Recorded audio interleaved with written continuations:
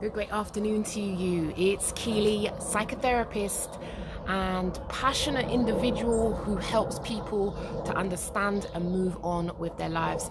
Now, there was a post just a few moments ago about separating from a narcissistic husband, feeling weak, not having an apology, and debating as to whether to return. A really important question is whether narcissists can change. And I think I'm very well versed to be able to talk about this. Not only have I been in such a situation, but I've also been a probation officer and worked with a whole raft of high-risk individuals who display narcissistic, psychopathic tendencies. And what we really need to understand, because so many of us understand about narcissism, we've got Donald Trump as a president, so we're becoming particularly versed. But what we don't understand is narcissists trade on empaths. Now, if you don't understand what it means to be an empath, then you're going to be coming from a blind side. Narcissists know a whole great deal about empaths, which is why they often select them. This is why they often marry them. This is often why they have those people around them. Empaths are highly empathic people. We feel people's pain.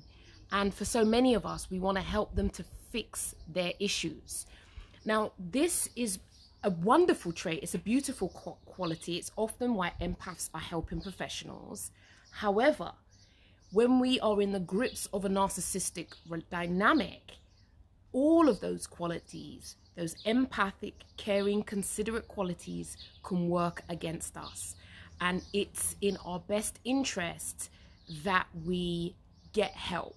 And just as the individual in the group has done today, she's asked, I think that is incredibly helpful, because the way the manipulation and control works is we can end up giving into our feelings of sadness or feeling sorry for that person, and then we give in and we go back into the vicious cycle. And so, being that is such a pull, you feel bad or you feel guilty, then you concede.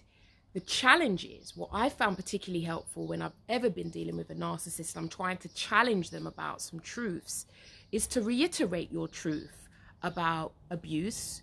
You've also said that you wanted him to talk about an apology.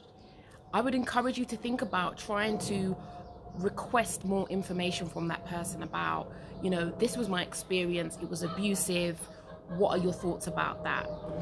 Push for an apology, and you'll start to soon see how they try to wriggle out of apologizing, or they'll distract you, and somehow you'll end up going on another path talking about something else.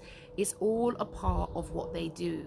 So if this is of interest to you and you're caught in a narcissistic dynamic, so many women who I've helped and I've done it myself, we've been really versed about narcissism, and we know how selfish, and it's a one-way love, and it's dependent upon us giving our all, and we know that we can get intermittent validation. We're very versed. But what we really need to understand is what it means to be an empath. And when you understand what it means to be an empath, you'll learn how to protect your gift-giving nature.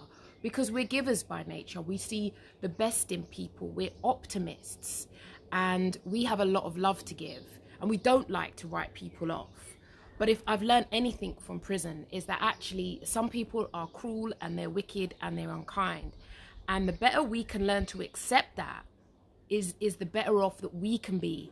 Because empaths have a tendency to live in fantasy or optimism, or we also engage in hopeless hope. And hopeless hope is no good for us, because hopeless hope is one of the reasons why our relationships drag on for years and years and years.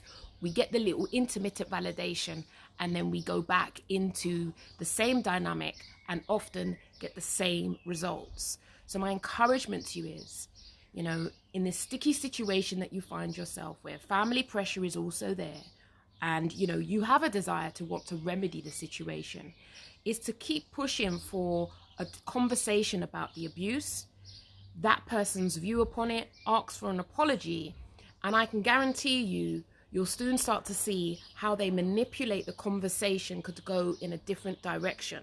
Often what they're very good at is tapping into your emotions and getting you to feel increasingly sorry for them. And because they know that we're care bears, we're soft-hearted, they also know that they can use that caregiving nature we have to get us to concede. So what we need to do is we need to become as aware of our nature as the narcissist is in order to protect our kindness. I hope this video may be of benefit to you.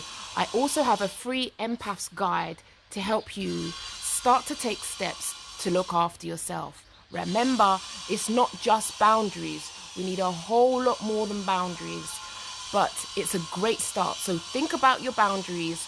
Go to my website, keyforchange.com, and have a look at the Empaths Self-Protection Code, because we have to learn to be our own best friend. Take care of you, because if you don't, who will?